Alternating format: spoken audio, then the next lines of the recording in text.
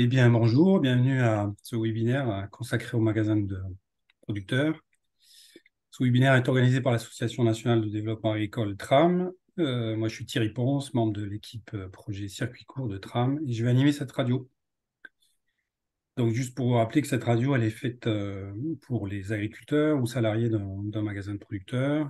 Elle est faite aussi pour les porteurs de projets qui projettent de créer un magasin de producteurs. Et aussi pour toutes les personnes qui accompagnent des magasins de producteurs.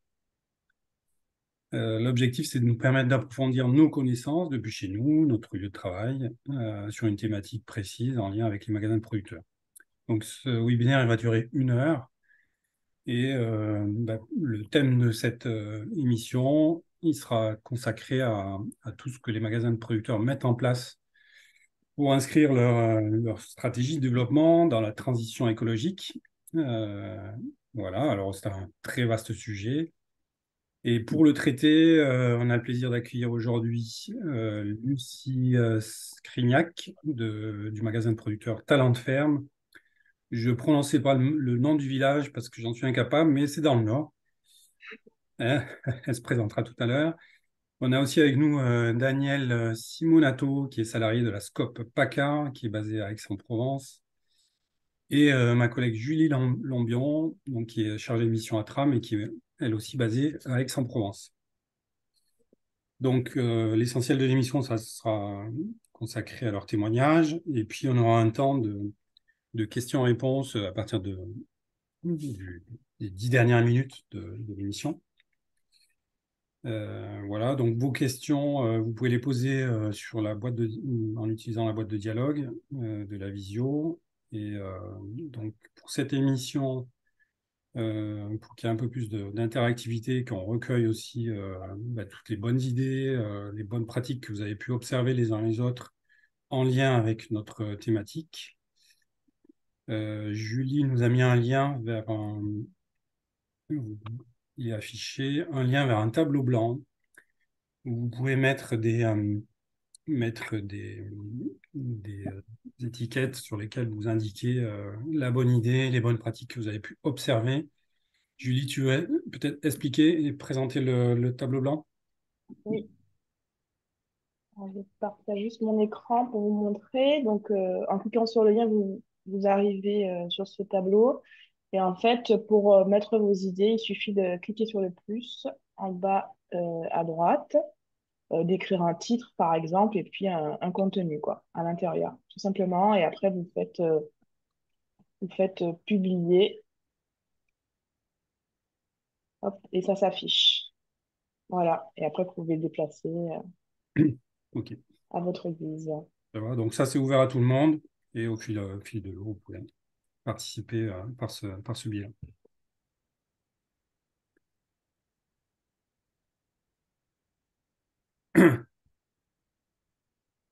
Alors, donc on a effectivement différentes séquences là pour cette heure de webinaire.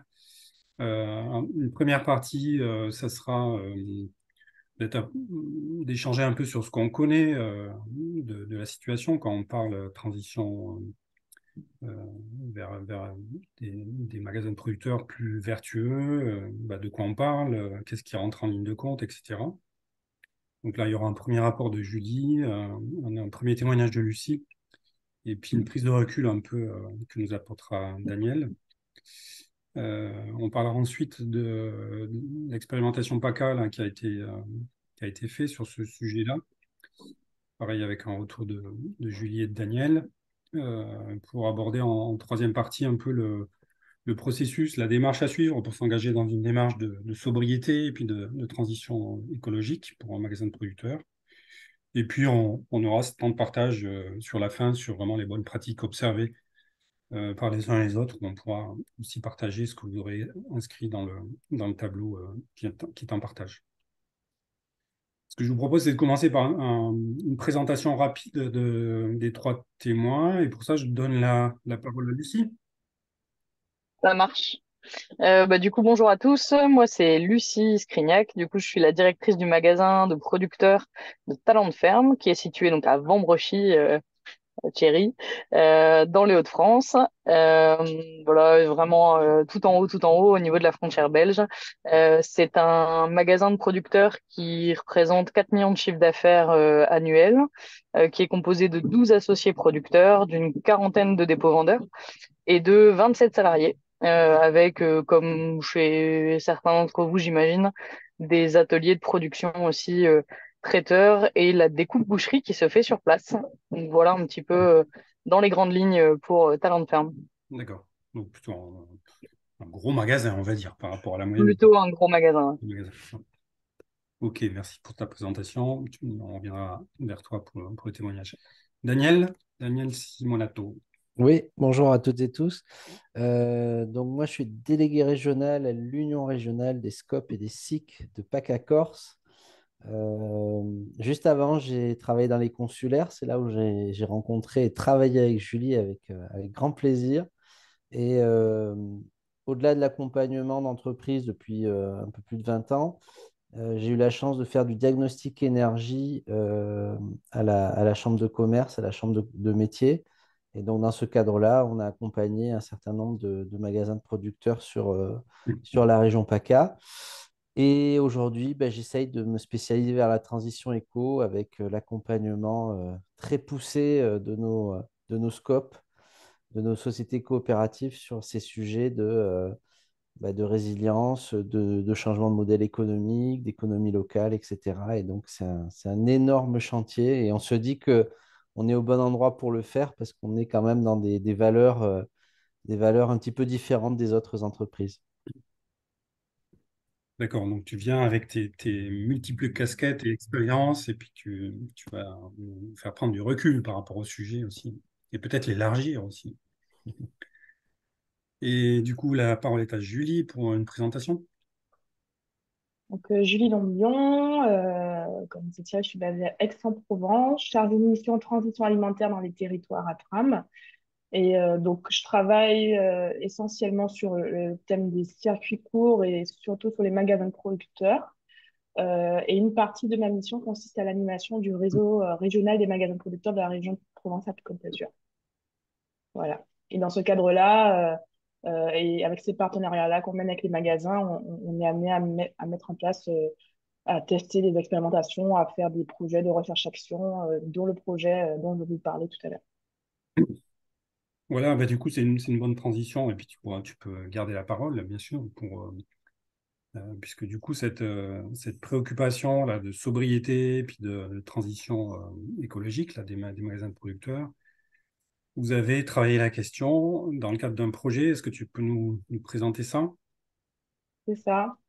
Donc, on a mis en place en 2021 un projet sur l'impact économique des magasins de producteurs. Et suite à ça, en discutant avec les partenaires lors de la restitution, on s'est dit ben, l'aspect environnemental n'avait pas encore été abordé dans les magasins. Et on a eu l'opportunité d'avoir un financement des fonds européens leaders par le biais du GAL Hauts-de-Provence-Luberon. Et donc, nous avons monté un projet sur donc, 5 ou 6 magasins sur ce sujet-là en particulier. Donc, comme en interne à Tram, on n'a pas forcément les connaissances pour faire des diagnostics, c'est pour ça que je me suis rapprochée de la CCI à l'époque, par le biais de Daniel, pour nous accompagner et trouver l'angle d'attaque pour pouvoir s'intéresser au sujet de l'énergie. Donc, on a regardé tout ce qui est électricité, eau, gestion des emballages et des déchets. Ok, d'accord. Alors du coup, ça vous a permis, auprès d'un échantillon il y avait 5 magasins de producteurs qui étaient concernés par l'action. Ouais, c'est ça. Hein. 5 magasins. Ça vous Six a permis magasins. Six d'explorer, magasins. et du coup, ça donne quelques points de repère. Est-ce que tu peux nous les partager? Est-ce que je vous partage la petite présentation? Oui. Euh, alors, attendez 2 secondes.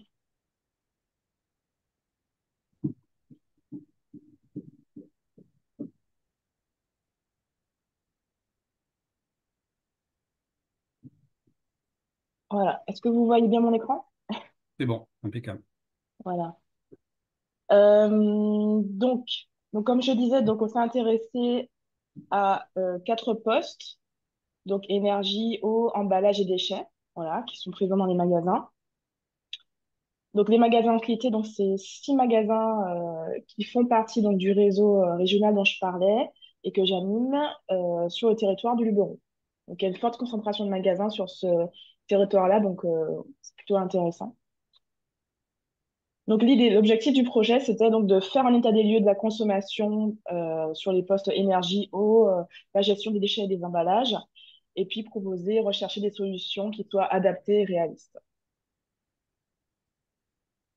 Donc, ce qu'on a observé, en tout cas, et ça correspond à des commerces alimentaires classiques, hein, c'est que donc, les postes de consommation principaux dans les magasins, donc c'est tout ce qui concerne l'éclairage, la climatisation, la ventilation, le chauffage, l'eau chaude sanitaire, et puis surtout les groupes froids. Donc là, c'est justement quelques infos sur les commerces de détail en France qui montrent que la consommation d'énergie, finalement, elle passe essentiellement par tout ce qui concerne les groupes froids, en fait. Voilà, donc ça représente 2 tiers, hein, en fait, de la consommation électrique en magasin de producteurs. Donc, on parle des bancs froids, des frigos, des armoires réfrigérantes, etc. Donc, c'est vraiment ce poste-là qui consomme le plus en magasin. Donc ça, c'était juste une comparaison, en fait, par rapport aux magasins étudiés de la consommation énergétique en fonction du temps. Et on voit qu'il y a une certaine saisonnalité hein, sur la consommation, notamment un pic au niveau de l'été, puisque bah, tout ce qui est groupe froid, bah, avec la chaleur, ça va tourner un petit peu plus. Voilà, donc c'était pour mettre ça en exergue. Et vous voyez que 4 magasins, parce qu'il y avait 2 magasins qui n'avaient pas accès, en tout cas quand je leur ai demandé, à leur facture d'électricité. Donc voilà, donc c'est que sur 4 magasins. Ouais. Tu peux peut-être expliquer la raison pour laquelle ils n'ont pas accès à leur facture d'électricité. Eh ben, apparemment, tout ça, c'est compris dans leur loyer. Et donc, ils n'ont pas le détail du tout. Voilà. Donc, c'est un peu surprenant, mais on a été confronté à ça. Donc, voilà. Donc, on n'a pas pu avoir plus d'infos. Néanmoins, voilà. L'idée, c'était de faire un point là-dessus, hein. On n'avait pas pour objectif de faire un suivi très précis. Mais ça montre juste l'aspect saisonnier de la consommation et qu'il y a une attention particulière à avoir, notamment pendant les périodes chaudes. Oui. Il y avait une question de compréhension. L'échelle, là, sur la gauche, c'est quoi? C'est des kilowatts, c'est des C'est des, euros? c'est des kilowatts. D'accord. Et donc, on voit, il y a un magasin qui a une sacrée courbe, là, au mois d'août, là. Ouais, c'est ça. C'est ce qu'on appelle une passoire thermique, c'est ça? Il- Alors c'est justement, béton. je sais pas si j'en parle après ou pas. Non, mais on a remarqué, en tout cas sur ce magasin-là, il avait des armoires réfrigérantes qui étaient ouvertes. Donc, il n'y avait pas de porte, il n'y avait pas de fermeture. Et donc, en tout cas, on pense que ça doit être lié à ça, le fait qu'il y ait une consommation beaucoup plus importante que les autres. D'accord. Il y avait Et une il autre y avait question. ça, Il y avait une oui, autre question de compréhension, c'était est-ce que c'est proportionnel au chiffre d'affaires du magasin? au chiffre d'affaires. J'ai pas fait le ratio chiffre d'affaires-consommation. Donc, Mais euh, on- dans la fiche pratique, je crois que j'avais regardé quand même le ratio par rapport à la surface aussi du magasin, bien sûr. d'accord. C'était la question suivante, c'était est-ce que c'est proportionnel aux surfaces, aux mètres de linéaire, etc. Alors, oui et non, parce que justement, le fait d'avoir ce gros gap, en interrogeant justement un autre magasin qui a une des courbes voilà, qui se croisent, ils nous avaient indiqué qu'ils avaient triplé leur banque froid parce qu'ils rénovaient le magasin, ils voulaient voilà, un peu racheter de nouveaux matériaux et puis tout ce qui est servitariat, ça fonctionnait super bien. Et en triplant leur banque froid, ils n'ont pas augmenté leur consommation énergétique parce qu'ils ont fait un choix de matériel judicieux qui consommait peu. Euh, voilà, donc c'est un exemple en fait qui montre bien qu'il y a une histoire aussi d'achat de qualité de matériel et puis ils ont fait attention à ce que ces banques froids se ferme et qu'il n'y ait pas voilà, le froid qui parte dans toute la pièce et qu'il y a une déperdition d'énergie. Ok, on y reviendra peut-être tout à l'heure. On te laisse continuer. Ouais. Donc voilà, donc là, l'idée, c'est ce que je disais, du coup, que les éléments de différenciation, c'est donc le nombre d'équipements froids, mais surtout la qualité du matériel, l'entretien qui était défaillant dans le magasin 4, voilà, l'entretien du matériel aussi qui était défaillant, et les armoires réfrigérées qui étaient ouvertes.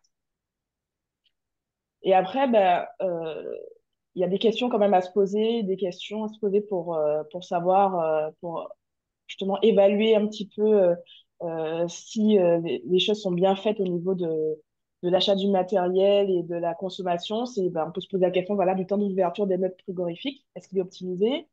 Euh, les portes sont-elles toujours bien fermées? Voilà. L'emplacement, est-ce qu'il est pertinent? Est-ce qu'il n'y a pas une source de chaleur à proximité? Et puis, est-ce que les groupes froids sont régulièrement révisés? Ça, c'est quelque chose de super important, la révision, parce qu'il peut y avoir des défauts, des fuites qui ne sont pas observées. Donc, c'est important d'avoir un contrat de révision pour tout ce qui est groupe froid et même chambre froide.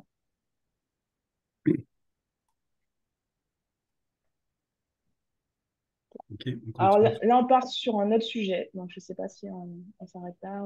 Oui, vous avez fait un petit Non, zoom. C'est-à-dire là, vous avez vraiment travaillé les principales sources de consommation d'électricité. c'est ça. On voit qu'il y a plein de pistes déjà qui sont vraiment à la portée des magasins de producteurs, qui dépendent d'eux. Des fois, ça demande de revoir des équipements, et là, on est plus sur des investissements qui peuvent parfois être un petit peu lourds, mais qui ont peut-être un retour sur investissement qui est important. Et vous en avez profité aussi pour faire un focus sur le potentiel photovoltaïque, c'est ça? C'est ça. Bah, là, je veux bien que Daniel prenne la suite, puisque il est plus équipé là-dessus que moi. Ouais. Tu peux expliquer un Alors, petit peu. voilà, la question de base, c'est est-ce qu'ils sont propriétaires ou pas? S'ils ne sont pas propriétaires, est-ce ils peuvent négocier avec le propriétaire de faire des travaux sur le toit et à ce moment-là de construire une centrale photovoltaïque? Euh, Après, il faut voir le niveau d'ensoleillement, mais c'est sûr que nous, en PACA, a priori, on a quand même pas mal de radiation, on va dire. Et on se rend compte que voilà, allez, en un quart d'heure, 20 minutes, sincèrement, on fait cette simulation-là. Elle n'est pas fiable à 100%, mais elle est fiable à 95%. C'est-à-dire que aujourd'hui, on sait combien coûte un mètre carré de panneaux photovoltaïques. On sait plus ou moins si le toit peut supporter, hein. Il faut 80 kilos par mètre carré, donc c'est assez facile de savoir si techniquement c'est faisable ou pas. On connaît le niveau des subventions. En PACA, on est entre 15 et 25% de subventions. Et après, il y a des outils gratuits en ligne qui permettent de faire les simulations de production de cette centrale en fonction, vous voyez, là, on n'est pas tout à fait au nord, on est à un azimut à peu près à 40, 35, 40 degrés. Et ça, on peut le mettre dans un outil qui permet de faire cette simulation. Donc concrètement, on retire de cette simulation des kilowattheures par an et on prend ces kilowattheures et on les rapporte à la consommation de la structure. Le gros avantage ou l'inconvénient, mais là c'est un gros avantage des magasins de producteurs, c'est qu'ils ont des groupes froids qui tournent en permanence. Et donc automatiquement, si on parle d'autoconsommation, parce que c'est bien de ça qu'il s'agit aujourd'hui, si on autoconsomme l'électricité qu'on produit sur le site, donc il y a vraiment l'approche ultra, elle ne peut pas être plus locale, hein, en dehors du fait que les panneaux photovoltaïques sont fabriqués peut-être à l'autre bout du monde, mais en tout cas, une fois qu'ils sont installés, ces panneaux produisent une électricité encore plus locale qu'Enercop. Et dans la majorité des entreprises que moi j'ai vues et qu'on a vues avec Julie, ces structures sont capables de produire entre 20 et 50% de leurs besoins en électricité. Ça ne veut pas dire qu'il ne faut pas aller vers de la sobriété, être plus efficient, rénover, mais ça veut dire concrètement qu'on peut réduire sa facture d'électricité, encore une fois, hein, ce n'est pas la consommation, mais sa facture d'électricité, de moitié quasiment sur certains magasins de producteurs. Donc ça, c'est aujourd'hui accessible, ce n'est pas forcément très onéreux, ça se finance assez facilement avec la banque, avec des prêts à taux zéro, parce que vous avez vu qu'il y a toute une batterie de financement de l'État qui sont arrivés pour financer la transition écologique. Et vous voyez que le gain, là, il est vraiment intéressant. Il est en kilowattheure, donc on autoproduit une partie de sa production électrique, de ses besoins électriques, pardon, et le gain annuel, c'est la diminution, par exemple, de la moitié de sa facture d'électricité. Et après, ce qu'on aime bien faire avec Julie, c'est mettre un retour sur investissement. Là, concrètement, on divise en fait le coût de la centrale par le gain en termes économiques. Et on arrive à un peu moins de 9 ans de retour sur investissement, ce qui, pour une centrale photovoltaïque qui va produire pendant 20, 25, voire 30 ans aujourd'hui, est extrêmement court. En tout cas, c'est du moyen terme et c'est tout à fait envisageable pour un magasin de producteurs. Donc là, il y a un vrai potentiel à explorer. Et encore une fois, on n'est pas des experts, on n'est pas un bureau d'études, mais on peut faire ça d'une manière quand même très fine et très fiable. Voilà. Oui. Alors, on disait aussi que Ouais. ce webinaire s'adresse à des gens qui sont dans la conception d'un projet de magasin de producteurs ou qui envisagent de rénover. De ton point de vue, Daniel, pour ces projets-là, quand on parle de sobriété et puis de transition vers l'écologie, qu'est-ce qu'il est important de prendre en compte? L'idéal, ce serait de dire, on fait un projet, que ce soit sur de la construction, évidemment, du bâtiment hautement, enfin, si possible passif sur de la construction, mais c'est quand même assez rare. Mais quand on est sur un magasin qui se crée, je ne l'ai pas dit, mais j'ai été banquier dans une première partie de ma carrière professionnelle. Le banquier, pour faire très simple, et vous l'avez certainement expérimenté, c'est plus simple de lui demander une certaine somme, voire une grande somme d'argent avant la création de l'entreprise qu'une fois qu'on a les premiers bilans qui sortent et qu'il faut négocier. Donc, moi, mon conseil, c'est de dire, si on a un banquier qui suit, qui croit au projet, qu'on a un projet de rénovation, voire d'investissement dans des énergies renouvelables immédiatement, il faut le faire. Il faut le faire parce que les taux, certes, banques sont un peu élevés, on est entre 4 et 5 aujourd'hui, mais il y a encore une fois des prêts de l'ADEME, des prêts de la BPI, des prêts de l'État qui sont quasiment à taux zéro, sur lesquels on peut s'appuyer. Donc, moi, mon conseil, c'est de tout mettre dans le projet de création parce que de toute façon, l'électricité, le gaz ne baisseront plus jamais. Hein, il faut être clair là-dessus. Tout va augmenter. Et plus on est autonome et plus on est sobre, et plus notre magasin va être, entre guillemets, rentable par rapport. Tu as fermé ton micro, Daniel. Je disais, plus on va être résilient dans la durée, en fait. C'est ça aussi, c'est la notion de résilience qu'il faut aborder dans le cadre de ce séminaire. C'est est-ce qu'on fait un magasin qui a une ambition à 5 ou 10 ans de se positionner sur son secteur ou on va être là encore dans 30 ou 40 ans? Et si on veut l'être, il faut être extrêmement sobre et être capable de produire une partie de son énergie. Donc, ça passe sur la conception du bâtiment, sur Oui. quelle autonomie on peut avoir en termes de production d'électricité, quel équipement on peut avoir sur les bancs froids, etc., qui sont la principale source de dépenses. Mm. OK. Exactement. Et l'entretien, comme disait Julie, très souvent, c'est fait en interne, c'est fait par un producteur qui maîtrise un petit peu. Il y a vraiment entre 10 et 30% de déperdition d'énergie si l'entretien n'est pas fait vraiment fait régulièrement et par un professionnel. Donc là, il ne faut pas hésiter à payer quelqu'un pour faire ça. OK.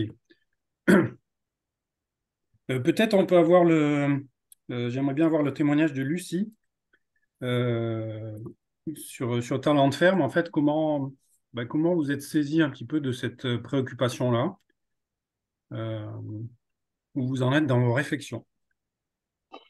Alors, nous, enfin, je pense au même titre que tout le monde, il y a plusieurs enjeux. Il y a forcément un enjeu économique Comme l'a souligné Daniel, l'électricité ne fait qu'augmenter, donc il y a forcément une réalité économique. Mais il y a aussi, pour moi, et je pense que Daniel, tu l'as dit aussi au début, une réalité commerciale, une vraie demande et une attente de la part des clients. Je pense que les clients, quand ils viennent dans un magasin de producteurs, ils viennent pour des tas de raisons, mais ils ont des valeurs qui sont assez importantes et sur lesquelles l'aspect écologique, il est fortement présent. Euh, donc nous, après, je sais pas, tu souhaites que j'exprime déjà un petit peu les choses qu'on a pu mettre en place à Talent Ferme?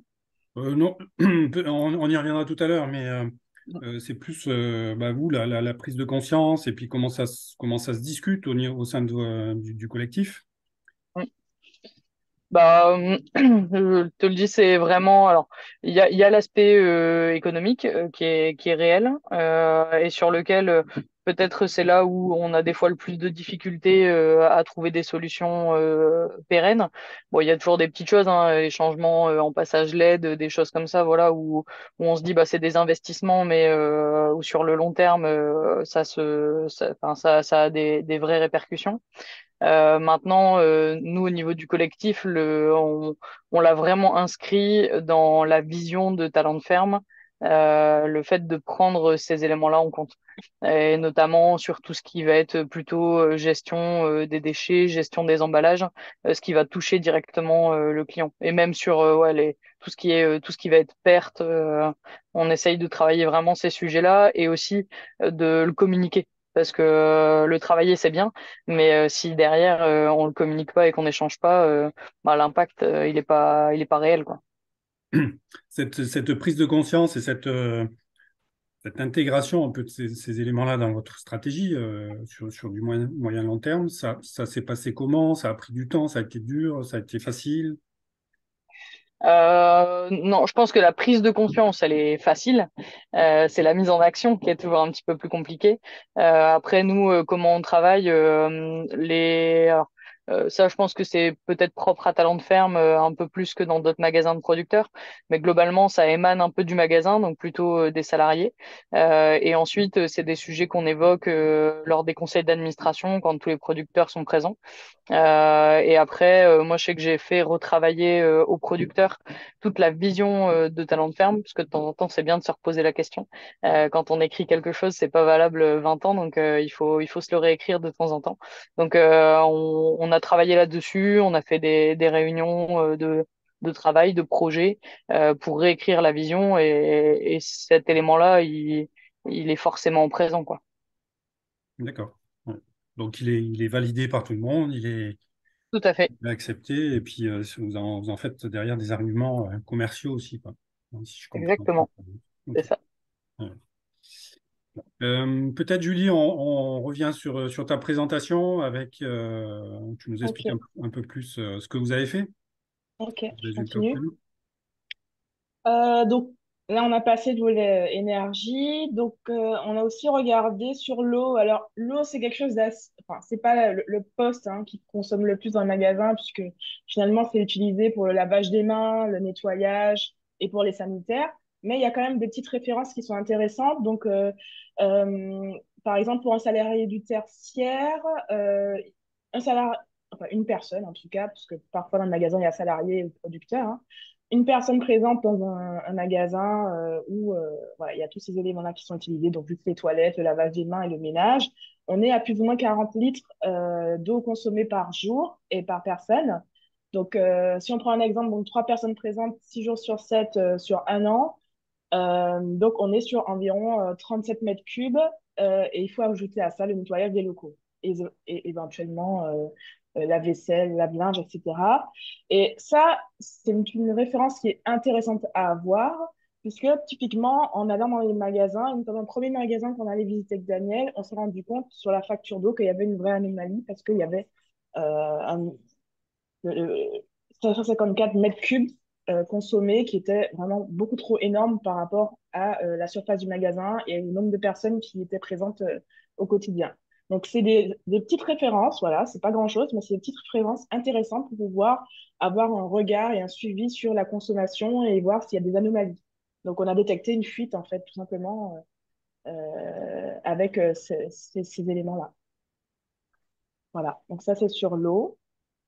Juste peut-être sur Oui, l'eau, oui, enfin oui, tu vas peut-être le dire après, mais encore une fois, c'est des choses évidentes, hein, c'est des portes ouvertes, mais c'est de l'eau potable. Voilà, c'est juste, on gaspille de l'eau potable, ça c'est le premier truc. On vit dans un monde où il y a de moins en moins d'eau, on le sait. La captation d'eau, c'est hyper important. Le traitement de l'eau, c'est hyper important. Le prix de l'eau, on sait qu'il va très fortement monter dans les 10-20 prochaines années. Donc ça, pareil, il faut l'anticiper. Et encore une fois, il y a des choses ultra simples à faire. Vous savez, les gros matelas là, verts qui contiennent quelques centaines, dizaines de mètres cubes d'eau quand on récupère les eaux de pluie, ça coûte pas très cher, hein, ça coûte quelques milliers d'euros. Après, on peut tout à fait avoir une pompe pour alimenter du sanitaire, du lavage, etc. Pour peu évidemment que l'eau soit pas dégueulasse, hein, c'est évident, mais en fait, il y a plein de choses simples à faire qui sont évidentes, mais qu'on ne fait pas parce que l'eau, elle coûte pas cher et qu'on ne se rend pas compte que c'est de l'eau potable. Donc, moi, voilà, je prends plus la casquette RSE là et je dis, il faut faire attention à ça. Et encore une fois, il faut l'anticiper aujourd'hui parce que demain, on va avoir des contraintes en eau qui vont être très importantes, notamment pour les professionnels et Ouais, sur le lavage. Donc, il faut vraiment l'anticiper maintenant. d'accord. Donc ça rejoint ce qu'on disait tout à l'heure, notamment lorsqu'il y a conception d'un nouveau magasin ou rénovation un peu en profondeur. C'est selon toi aussi des choses Ah oui, c'est à intégrer. facile. Surtout s'il y a un peu de pente. Enfin voilà, c'est assez simple à mettre en œuvre, hein. Ça, c'est des choses simples.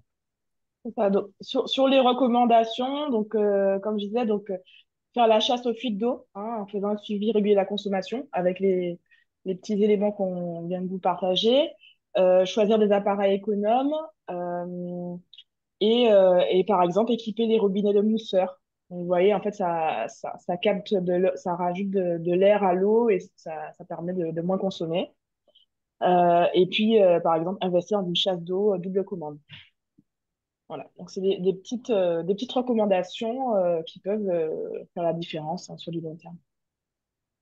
Sur la consommation d'eau, vous n'aviez pas d'atelier de découpe de transfo attenante aux différents magasins là, que vous avez enquêté? En fait, il y avait donc l'un des magasins, oui, qui a un atelier de découpe. C'est un des magasins qui n'a pas accès à ses factures. Donc, j'ai pas pu observer ça par rapport à lui. Alors, sur la gestion des emballages, donc, sur toutes ces parties-là, en soi, je demande Daniel, la CCI, il y a des outils très, très précis pour suivre, euh, notamment, je pense aux déchets, le poids des déchets, etc. Mais dans les magasins de producteurs, c'est juste pas possible. On n'a pas on n'a pas ce suivi-là. C'est pas sur la taille des industries agroalimentaires, etc. Donc, on pouvait que faire de l'observation, un peu des pratiques. On est sur de l'observation de pratiques et des recommandations par rapport à ce qui se fait et à ce qui pourrait se faire de mieux. Voilà. Donc, en termes d'observation sur la gestion des emballages, moi, ce que j'ai remarqué, c'est que dans pas mal de magasins, il y avait une mise en place du vrac. Voilà. Alors, le vrac, certains pourront en témoigner, c'est pas si simple en termes d'entretien, notamment pour éviter les nuisibles ou pour le nettoyage. Mais en tout cas, c'est quelque chose qui est présent dans pratiquement tous les magasins que j'ai visités. Euh, il y a eu dans un des magasins une mise en place d'une zone de tri. Alors ça, c'est pas pour les clients, hein, c'est dans l'arrière boutique, hein, c'est pour les producteurs notamment. Puisqu'il se trouve qu'en magasin de producteurs, beaucoup de clients ramènent spontanément des emballages, des bocaux, des paniers, des petits paniers en plastique pour les yaourts, typiquement, voilà, sans que ça soit forcément demandé. Mais voilà, les clients le font, donc ils se sont dit, bah, tiens, on va mettre un bac de tri pour que les producteurs puissent récupérer ce qui les concerne. Et puis, ce qui a été aussi observé, c'est des petits panneaux, des petits écriteaux pour inciter les clients à réutiliser, à ramener, notamment les boîtes d'œufs. Alors, l'idée, c'est pas de ramener pour laisser une boîte d'œufs usagée, le magasin va le faire réutiliser parce que ça, c'est pas autorisé en termes d'hygiène. Par contre, un client peut très bien venir avec sa propre boîte d'œufs, mettre les œufs qui sont en vrac dedans et aller payer et repartir avec. Voilà, donc c'est dans ce sens-là que ils font ce genre d'incitation pour éviter le fait de reprendre une boîte et de rejeter derrière. Voilà. Donc ça, il y avait plein de petites initiatives comme ça qui étaient déjà présentes dans les magasins. Alors, du coup, ça fait la transition, effectivement, avec le témoignage de Lucie, peut-être, puisque en termes de gestion des emballages, vous avez été un cran plus loin, et c'est la diapo suivante. Et du coup, Lucie, on te donne la parole pour présenter votre expérience. Ça marche. Alors, en gros, nous, pour expliquer un petit peu le point de départ de cette initiative-là, on avait le souhait de mettre en place un compte client, ce qui n'était pas le cas. En fait, on n'avait pas de carte de fidélité ou quelque chose comme ça on n'avait pas de fichier client au niveau du magasin. Donc, on avait le souhait de mettre ça en place. Et moi, enfin, je ne voulais pas que ce soit un système classique je fais mes courses, si j'en ai pour 10 euros, je gagne 10 points sur ma carte, parce qu'on n'avait pas forcément ce souci-là auprès des clients pour les fidéliser. Par contre, on constatait que, en effet, comme tu l'as souligné juste dans la diapo d'avant, il y a certains clients qui spontanément viennent avec des tupperwares pour la boucherie, ramènent leur boîte d'œufs, viennent avec leurs bouteilles pour avoir du lait cru en vrac. Voilà, il y avait déjà des initiatives un petit peu spontanées qui étaient faites, et on s'est dit, ben, on va essayer de faire en sorte que ces initiatives-là, elles s'accélèrent et que on incite les clients à le faire. Du coup, on a décidé d'allier les deux. Et on a créé un système, je dirais, de fidélité ou en tout cas un compte client qui va faire gagner des points aux clients et du coup en finalité des bons d'achat aux clients qui jouent ce jeu-là de la gestion des emballages. Donc aujourd'hui, un client qui vient avec ses sacs en fruits et légumes et qui fait qu'on n'a pas besoin de mettre des nouveaux sacs dans le circuit, gagne des points quand il se sert en fruits et légumes. Quand il vient en boucherie et qu'il ramène ses tupperwares, bah c'est pareil, il gagne des points également. Quand il revient avec sa boîte d'œufs, il gagne des points également. Quand il revient avec ses sacs à pain pour le service au pain, il gagne des points également. Et le système de fidélité, il est fait uniquement en fait sur ce principe-là des emballages. Donc et ça a eu un réel impact parce que depuis que ça a été mis en place, ça va faire une petite année maintenant, on a quand même une assez belle réduction des emballages et au-delà de ça, on constate au moment du service qu'on a énormément de clients qui jouent le jeu à présent quoi. Oui. Donc, si vous voulez enfin, si vous voulez regarder un petit peu le détail, je vous invite à aller sur le site internet de Talent de Ferme. On a une page dédiée au fonctionnement justement de ce compte fidélité. D'accord. Tu pourras peut-être nous mettre le lien dans la discussion, Ouais, s'il bien te sûr. plaît. Oui. Donc là, vous avez poussé le bouchon, vous avez poussé le bouchon assez loin. Quand tu as dit une réduction notable, c'est de quel ordre? C'est compliqué à dire parce que j'avoue qu'on attendait justement une grosse année de mise en place. On a eu en gros, là ça fait un an que c'est mis en place, mais on a eu les premiers mois vraiment on va dire, de construction de la base client. Donc ça a mis un petit peu de temps. Aujourd'hui, on a un petit peu plus de 4000 clients qui font partie du programme de fidélité. Et donc là, on attendait justement la fin du bilan pour pouvoir étudier concrètement le gain au niveau coût d'emballage. Donc D'accord. là, c'est difficile, c'est plus enfin, c'est un peu plus qu'une sensation, mais c'est dans les commandes notamment d'emballage où on voit on a une réduction des commandes, quoi. D'accord. Côté client, réaction?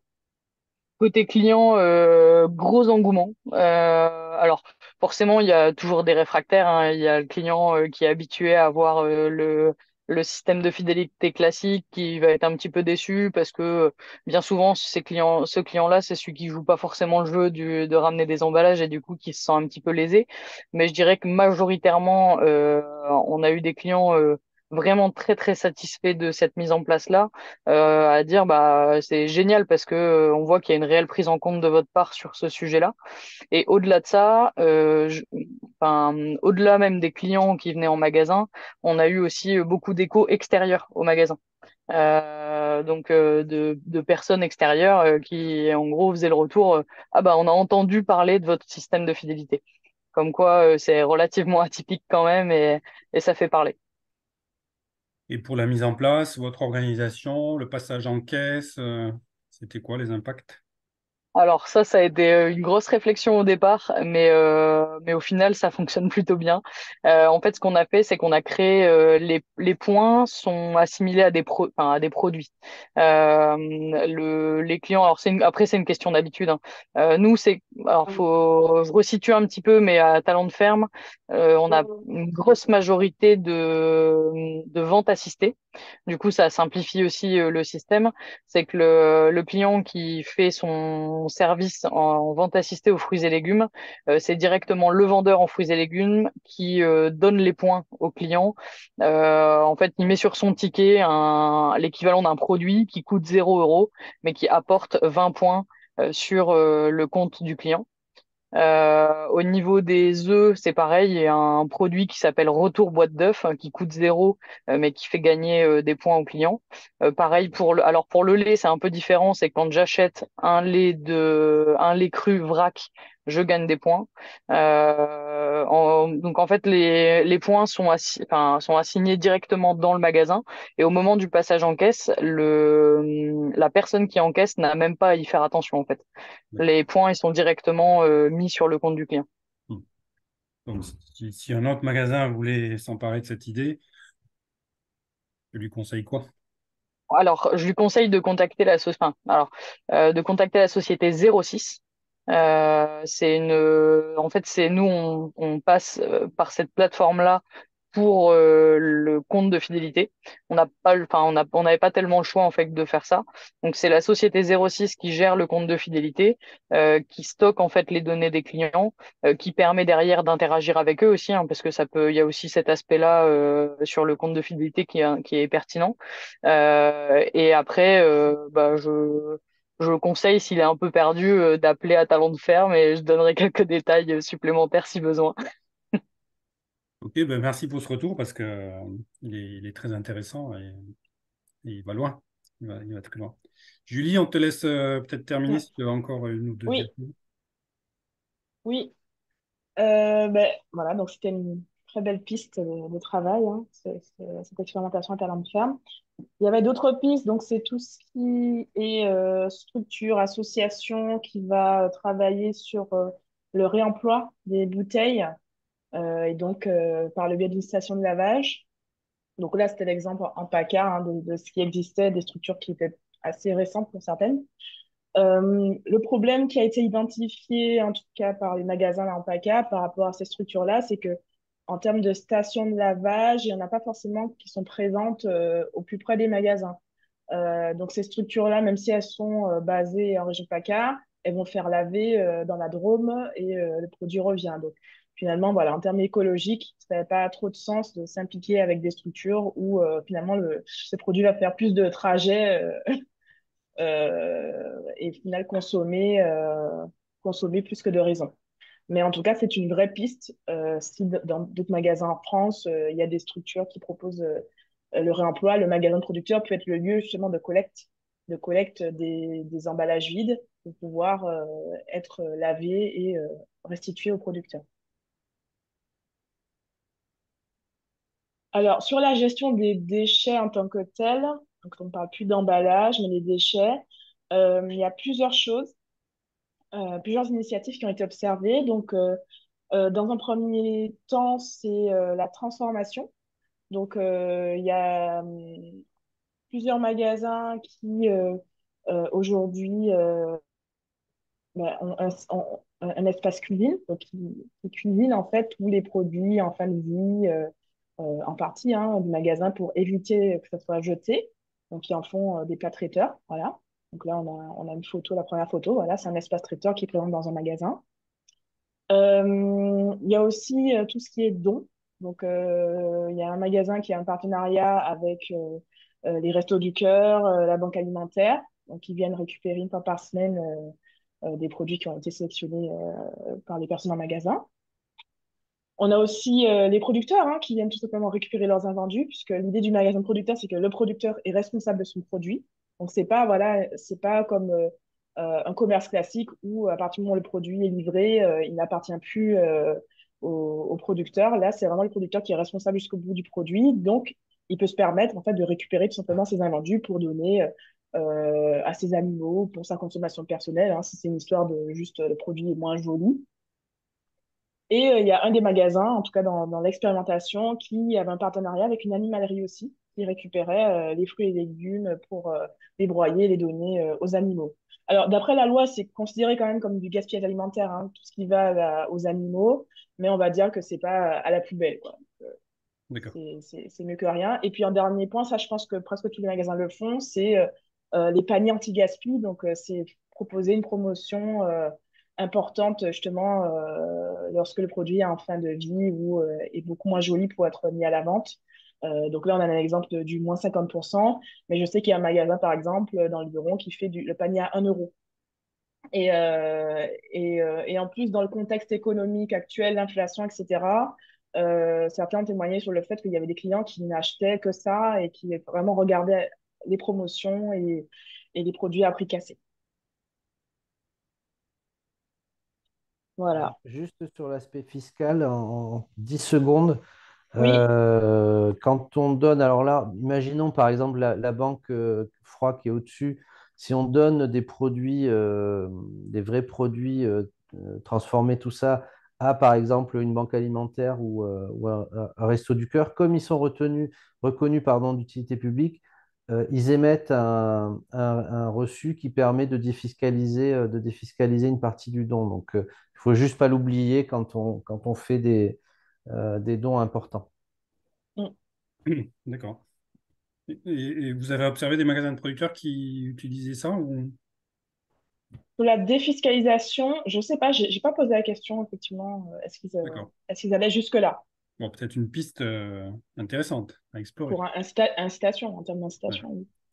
Globalement, il y a quand même peu de déchets. Ouais. La gestion est quand même très serrée au niveau des magasins Ouais. de producteurs. Donc, Oui, c'est-à-dire que voilà, je pense que vraiment le vrai atout par rapport à d'autres commerces, c'est que vraiment là, c'est le produit, il appartient au producteur jusqu'au bout. Donc, effectivement, il n'a pas envie de voir son produit jeté, ça n'a pas trop de sens pour lui. Donc vraiment, ils essaient de trouver des solutions pour pouvoir éviter la casse, récupérer, donner aux salariés. Hein, ça, c'est des pratiques qui se font aussi, donner aux salariés, donner aux associations. Vraiment, c'est pas un poste sur lequel ils avaient des gros problèmes, les magasins, en tout cas en termes d'observation, parce qu'ils trouvaient des solutions. ok. Merci Julie pour ce retour d'expérience. Et juste, je me permets, Thierry, Oui, concernant tout ce qui est anti-gaspi, nous, on passe par une application, du coup. Et justement, pour rebondir sur ce que tu disais avant, ça nous ouvre à une autre clientèle aussi, avec justement un pouvoir d'achat qui est un petit peu plus serré et qui, malgré tout, du coup, s'intéresse au magasin via cette application. Et donc, c'est intéressant parce que ça amène autre chose, quoi. d'accord. Peut-être pareil, si tu peux nous partager un lien vers Ouais. cette appli, si ça C'est intéresse Too Good To Go? votre magasin. Non, c'est Phoenix. Phoenix? Ouais. Mais c'est le même principe, hein. Oui, c'est ça. Il Ok. n'y en a pas beaucoup d'entreprises sur ce créneau-là. Alors, le temps passe très très vite. Il nous reste peu de temps. Avant d'aller observer un peu ce qui s'est déposé sur le tableau partagé, peut-être que Daniel, tu t'ouvres un petit peu nos chakras sur dire, bah oui, la transition écologique, c'est important. Et quand on est magasin de producteur, qu'est-ce que tu sens poindre qui va demander peut-être de l'anticipation au niveau des magasins de producteurs? Euh, un vrai sujet de fond, c'est les quotas carbone.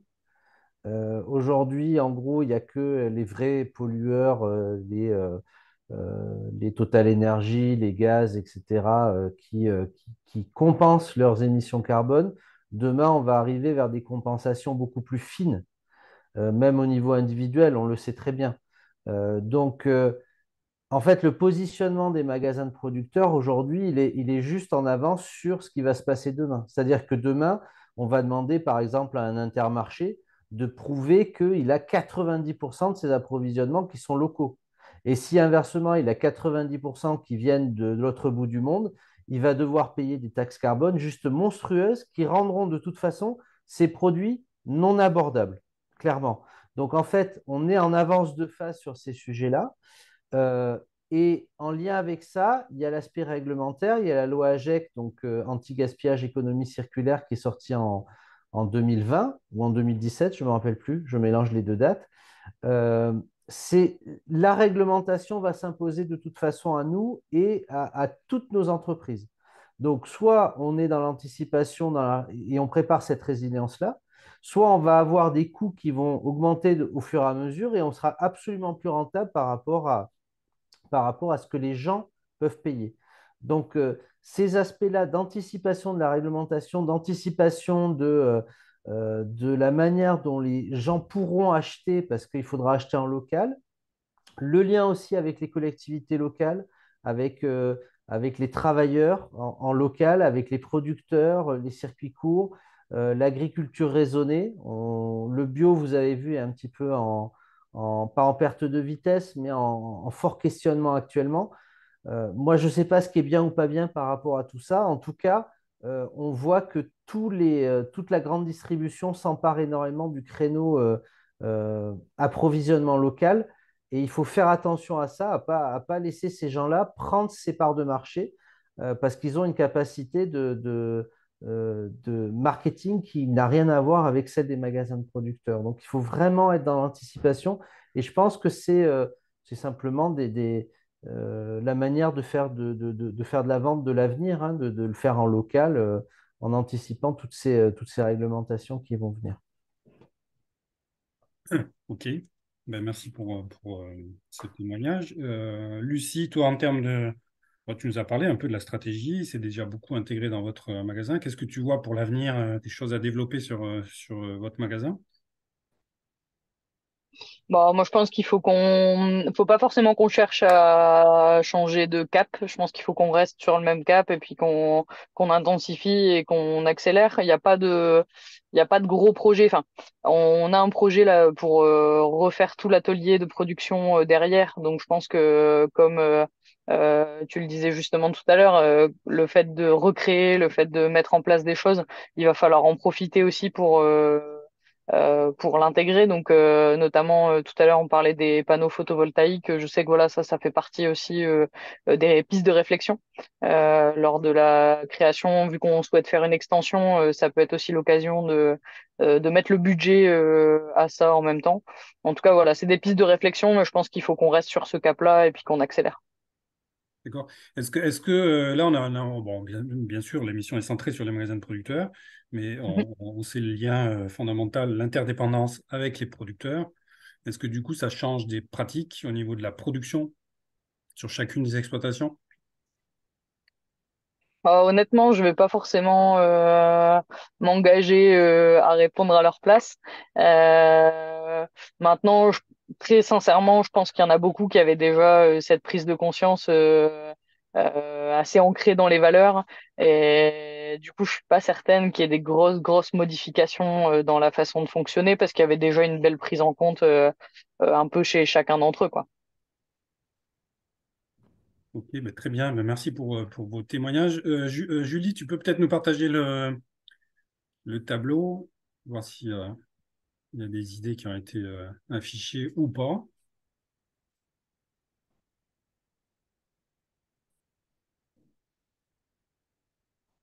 Alors du coup, je vais chausser mes lunettes parce que c'est un peu petit pour moi. Donc il y avait des choses autour de l'économie d'énergie, effectivement, externaliser les groupes froids, des vitrines pour éviter de climatiser à outrance l'été. Quand on fait du froid, on fait aussi du chaud en même temps, on produit aussi du chaud. Donc, savoir où se produit où situer cette production de chaud. L'échange des invendus, on en a parlé. Les emballages, mise en place des consignes pour en verre, on en a parlé aussi. Intégrer ou créer un circuit de consigne, on en a parlé aussi, avec l'idée de standardiser des formats de bouteilles. Les emballages, possibilité de servir en vrac pour les clients qui ont des contenants, bah ça rejoint tout à fait le témoignage de Talent de Ferme. Le choix du matériel, Julie en a parlé, c'est quand même assez important, notamment sur les bancs froids. Euh, alors, autodiagnostic, accompagnement. Ne faudrait-il pas prévoir un autodiagnostic pour faire un état des lieux et des pistes d'amélioration, outils pour voir les économies d'énergie, etc. Est-ce que, Daniel, tu peux éclairer ça, peut-être, ou il y a des choses qui existent pour faire son espèce d'autodiagnostic sur ces points-là? Il y a pas mal de choses qui existent, mais ce qu'on a fait avec Julie et ce que Julie a fait sur la grande partie de son temps, c'est aller piocher facture. C'est un peu comme un bilan carbone, j'en ai pas parlé tout à l'heure, mais c'est vrai que le bilan carbone est quelque chose qu'il faut faire actuellement parce qu'on a un objectif à 2050 de neutralité carbone, donc il faut qu'on y aille tous à titre individuel et au niveau des entreprises. Sur l'autodiagnostic RSE, par exemple, il y a des choses qui existent en ligne. Mais dès qu'on va aborder les consommations, les euros, la simulation photovoltaïque, tout ça, il n'y a pas vraiment d'outils qui existent et il faut qu'on mette les moyens de faire ces diagnostics-là parce que sinon, on n'aura pas de piste d'amélioration, il n'y aura pas de choix qui seront faits par les magasins de producteurs. Donc, moi, je pense que ce qui a été fait sur PACA, c'est vraiment, il faudrait arriver à le reproduire dans tous les territoires de France pour que ces diagnostics soient faits et que les magasins aient une vision, une vraie photographie de ce qu'ils consomment et de ce qu'ils peuvent améliorer, clairement.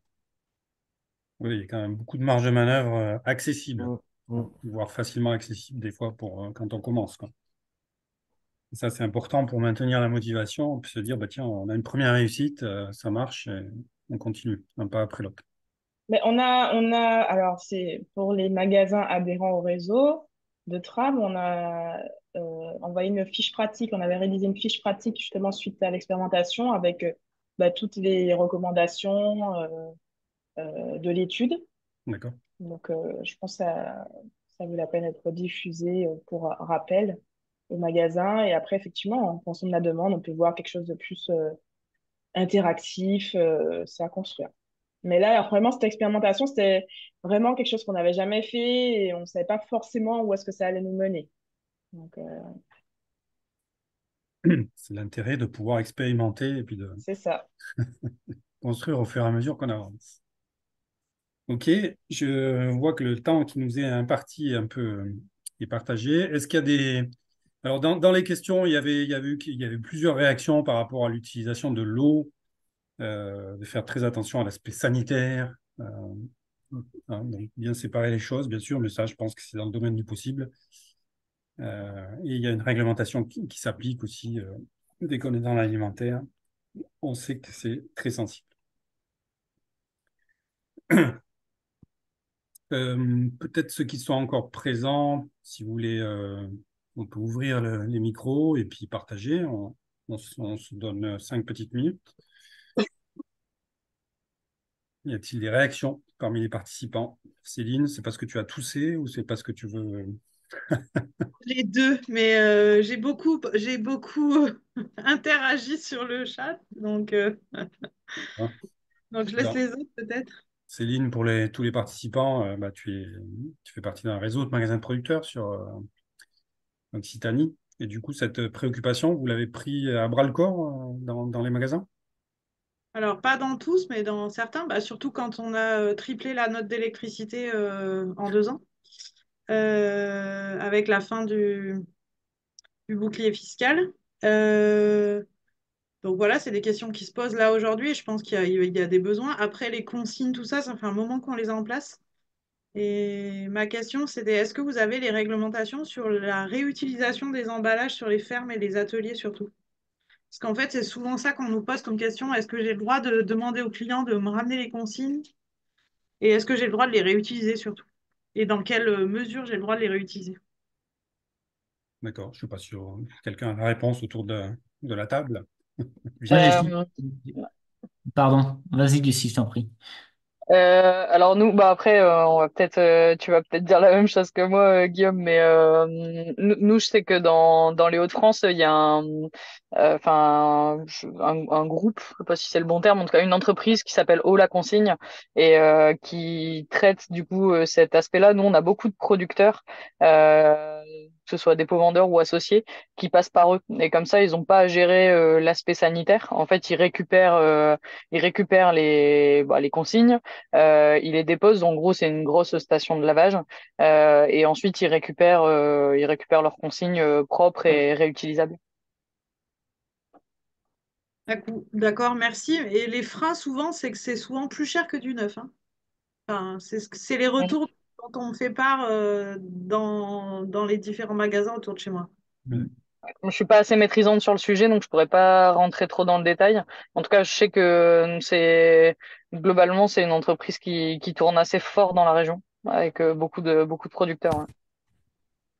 Ouais. Et pour info, le verre a fait x2, à x4, à x6 pour certains verres. On chauffe à 1400 degrés, comme je l'écrivais dans le chat. Donc, à un moment donné, de toute façon, cette histoire de casser du verre, le refondre, etc., c'est juste pas viable. C'est complètement débile. Donc, oui, il y a un équilibre. À un moment donné, les courbes vont se croiser, mais ou elles se sont déjà croisées, ou elles vont se croiser très rapidement. Donc, autant l'anticiper, encore une fois, et rentrer dans un circuit de consigne pour s'habituer, pour habituer les clients. En fait, le problème qu'on a, nous, en PACA, par exemple, c'est quand ils le font sur la bière, les clients ne ramènent pas leur truc de bière, tout simplement, parce qu'ils ne sont pas habitués. Donc, c'est du travail, du travail, du travail de longue haleine. Il faut le faire, il faut le faire, il faut le faire, et il faut le faire maintenant. Parce que sinon, dans 5 ans, quand le verre sera trop cher, ça sera trop tard. Donc, il faut absolument préparer cette nouvelle économie qui est une économie circulaire au final aussi. Ouais. Alors, je voudrais peut-être, si tu es d'accord, Paul Guéguen, Mhm. bah, peut-être que tu témoignes. Bonjour d'abord. Bonjour. Donc, toi, tu fais partie d'un petit magasin de producteurs, enfin, un magasin de producteurs Oui, c'est plutôt petit. qui est original parce que c'est plusieurs fermes qui sont sur le même site. Et vous avez créé un magasin de producteurs et vous étiez. J'ai eu le plaisir de vous accompagner il y a 1 an et demi, 2 ans. Et vous étiez déjà dans cette recherche-là, de consommer moins, d'être plus sobre, etc.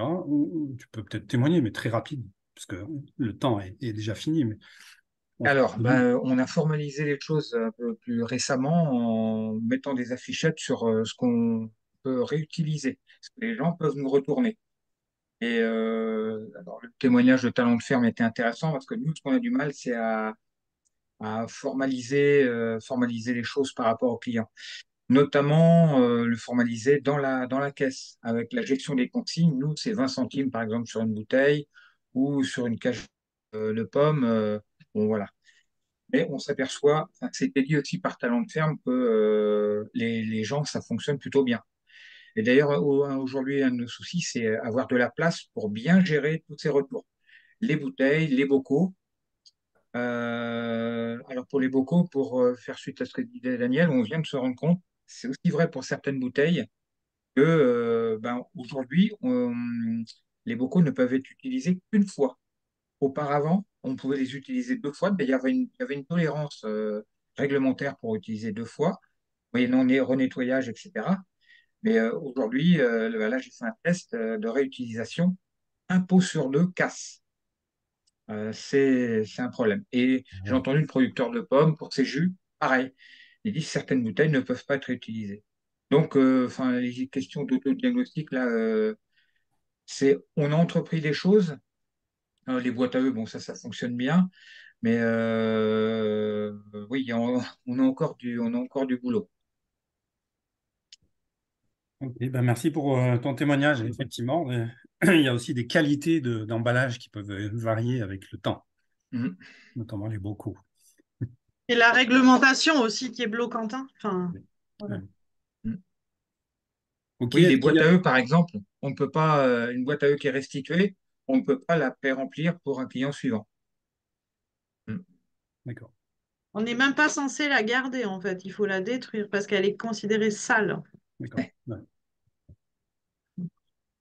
Ok, bah écoutez, on aurait pu continuer un petit moment, mais à un moment donné, il faut s'arrêter.